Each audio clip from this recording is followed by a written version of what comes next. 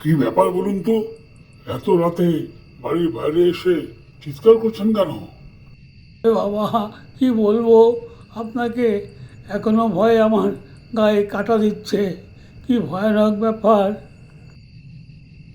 আরে বাবা, ব্যাপারটা তো বলুন। আমি এই অঞ্চলের রাতের পাহারাদার, মানে পুলিশ। আমি এখন ডিউটিতে আছি। বলুন তো, কি হয়েছে? আরে ছেলেটা প্রস্রাব করবে বলে ওই গাছতলায় গিয়েছিল, দেখে একটা শাকচুনি দাঁড়িয়ে আছে। কেনে হাত ছাড়া আমার এখানে পেচ্ছাপ করিস? তখন ছেলেটা ভয় পেয়ে ভূত ভূত বলে দৌড়ে চলে আসে।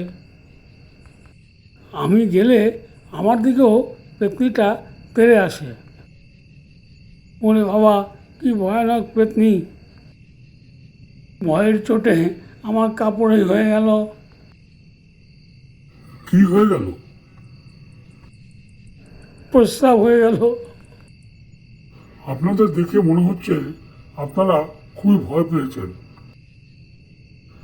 এটা একটা ভয়ানক ভুতুড়ে ব্যাপার। কাল সকালেই একটা ব্যবস্থা করতে হবে। চলুন, আপনাদের এগিয়ে দিয়ে আসি।